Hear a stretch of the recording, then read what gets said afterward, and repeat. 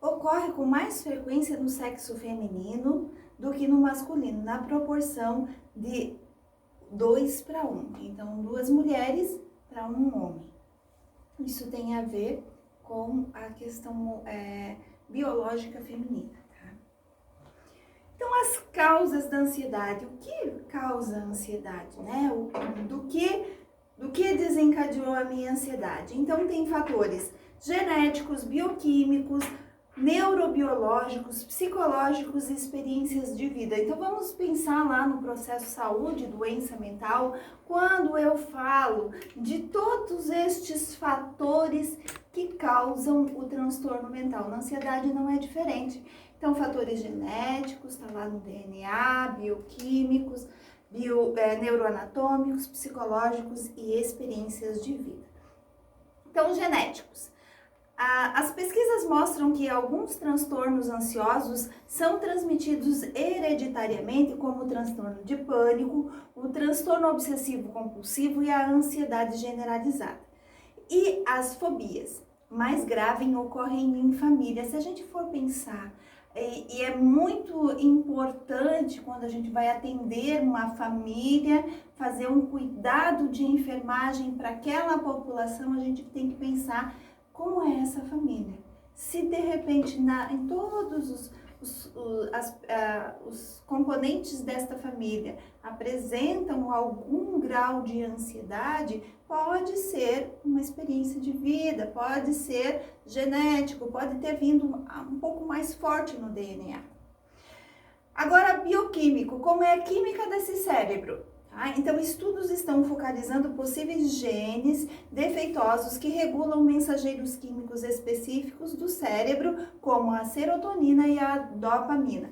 Lembra lá quando eu falei dos transtornos esquizofrênicos, que era a dopamina, o glutamato, quando eu falei nos transtornos afetivos, que eram bem mais, era a serotonina, a dopamina, a norepinefrina, a acetilcolina, vários outros neurotransmissores que estão afetados. Aqui na ansiedade, a gente vai ver um pouco mais alterado a serotonina e a dopamina. Então, a serotonina o que faz? A serotonina deixa a pessoa muito em alerta, ela tira um pouco da leveza da vida.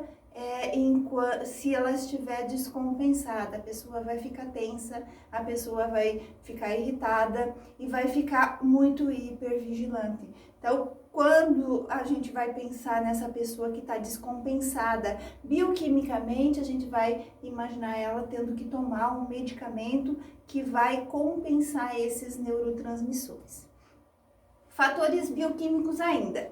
Alguns especialistas acham que pessoas com transtornos de ansiedade têm uma vulnerabilidade ao estresse, que as torna mais susceptíveis a estímulos ambientais.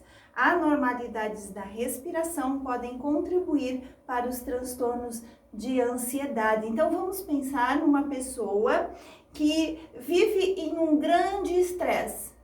Ela vai ficar muito ansiosa, ela vai viver ansiosa. Então, os fatores ambientais, eles têm uma influência muito grande com relação aos transtornos de ansiedade devido a fatores bioquímicos do organismo. Se a pessoa está em um período de muito grande de estresse, ela vai estar com uma quantidade a mais de cortisol em seu corpo e esse cortisol a mais vai desencadear uma ansiedade crônica. Porque quando a gente tem um episódio de medo, um susto, a suprarrenal manda muito cortisol para a corrente sanguínea. Mas se essa pessoa tá todo dia com aquela sensação de tensão, aquela esperando algo ruim acontecer, suprarrenal vai mandando o cortisol e isso vai acabar gerando uma ansiedade grave, de repente até uma ansiedade crônica. Então, quando a gente fala em promoção da saúde, a gente vai falar dessa pessoa aprender a gerenciar o seu estresse para não desenvolver um transtorno de ansiedade. Anormalidades na respiração, o que quer dizer isso?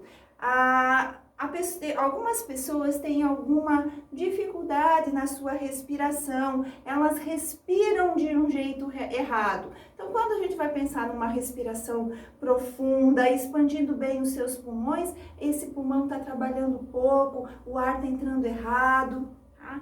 E algumas pessoas também têm a sensibilidade ao CO2. O CO2 é a substância, o gás carbônico que a gente elimina na respiração. Então, algumas pessoas têm uma sensação ruim e uma sensação de mal-estar se estão em um ambiente com muita gente, tá? Então, alguns estudos sugerem que os pacientes com transtornos ansiosos são hipersensíveis aos efeitos do dióxido de carbono que é liberado pelos pulmões durante a expiração. A hipersensibilidade pode se agravar em espaços cheios de gente, como aviões e elevadores. Por isso, algumas fobias, né, fobia de elevador, a pessoa entra em uma crise, um ataque de medo tão grande, pode ser pela sensibilidade do CO2. Fatores neuroanatômicos. Então, como é a anatomia desse cérebro? Então, em exames de ressonância magnética, foi identificado atrofia cerebral em lobos frontais e temporais e também anormalidades envolvendo a amígdala, que regula o medo, a memória e as emoções, e o hipocampo, que desempenha um papel nas emoções e no armazenamento das memórias. Então, já falei em outras aulas também, a amígdala e o hipocampo são partes do cérebro que estão muito associados a transtornos mentais. E a ansiedade, ela vai estar aqui, a amígdala hipofuncionante, trabalhando de um jeito errado, o hipocampo trabalhando de um jeito errado. Se a gente for pensar no nosso cérebro e todos os comandos que ele tem e como funciona cada um desses órgãos que estão lá fazendo todo o nosso aparelho do sistema nervoso central, a gente vai pensar numa amígdala funcionando mal, num hipocampo funcionando mal, e isso a gente vai entender e fazendo exames, mas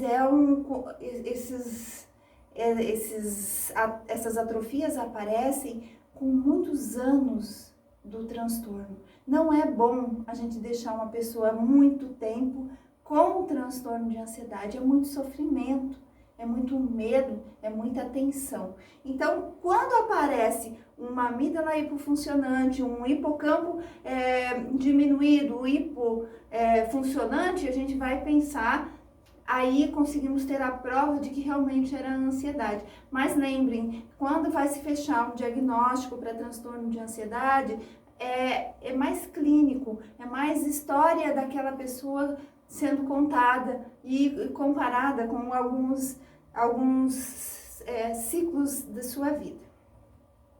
Agora, fatores psicológicos. Então, algumas teorias sugerem que certos transtornos de ansiedade ocorrem quando mecanismos de defesa inconsciente são prevalentes e passam a mostrar-se disfuncionais. Mais uma vez eu trago a teoria, né, da psicanálise de Freud, onde fala do id, ego e superego, e esses mecanismos de defesa inconscientes e aquele superego extremamente rígido, onde a pessoa não consegue ter essa leveza no levar as coisas. Por quê? Porque ficou gravado aí no seu inconsciente algumas memórias que causaram ansiedade. O papel da família nas fobias está sob investigação. Estudos mostram uma forte correlação entre os temores dos pais e os dos filhos. Uma criança aprende medos observando a relação temerosa dos pais a um objeto ou uma situação. Então, como acontece essa criança que vai desenvolver um transtorno de ansiedade? A criança copia tudo. Tudo o que os pais fazem, ela aprende. Então, se ela vê uma mãe muito ansiosa, um pai muito ansioso, ela aprende a ser ansiosa. Então, as mães, as meninas que estão programando uma gestação, lembrem-se, a primeira coisa que vocês têm que fazer é aprender a gerenciar esse estresse e não desenvolver uma ansiedade, a gerenciar a sua ansiedade, porque senão seus filhos vão ser ansiosos, porque vão aprender com vocês. Agora, fatores de risco. Sexo feminino, pela biologia feminina, né, as condições hormonais, as condições estruturais da mulher. Idade inferior a 45 anos. Por que 45 anos? Quando chega a menopausa, a mulher diminui um pouco a ansiedade, porque não tem tanto estrógeno, não tem tantos hormônios femininos. Separação conjugal, onde a pessoa se sente sozinha e não consegue gerenciar muito bem essa situação. História de abuso físico ou sexual na infância. Então, história de vida, a história daquela criança tem muito a ver com um adulto ansioso. E baixa condição socioeconômica. Então, quando a pessoa sabe que não tem dinheiro, fica muito ansioso pensando no futuro e como será.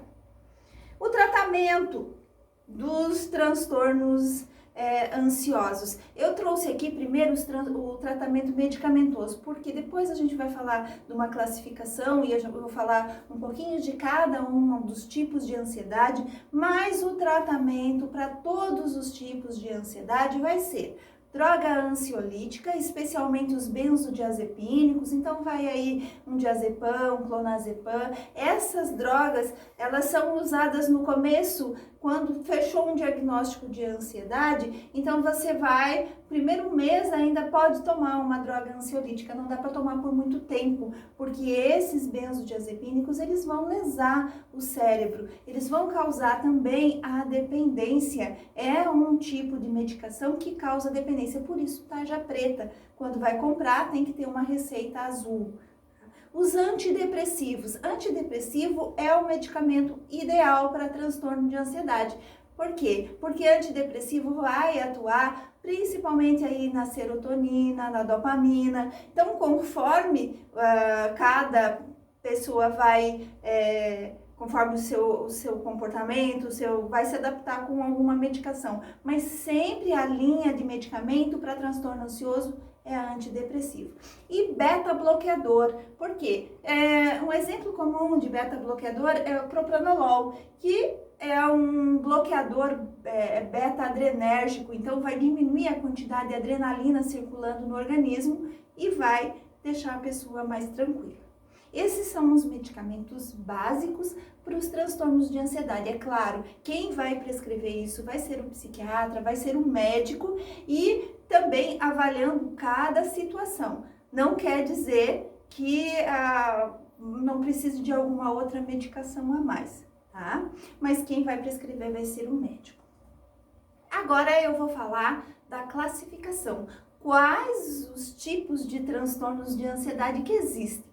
Então, o transtorno de pânico, que é um dos mais graves, agorafobia, transtorno de ansiedade generalizada, transtorno de estresse pós-traumático, fobia social, fobias específicas, transtorno obsessivo-compulsivo e ansiedade de separação. Esses são os transtornos que a gente vai falar a partir de agora. Então, essa é a primeira parte da nossa aula. Obrigada e na próxima a gente começa com os transtornos em si.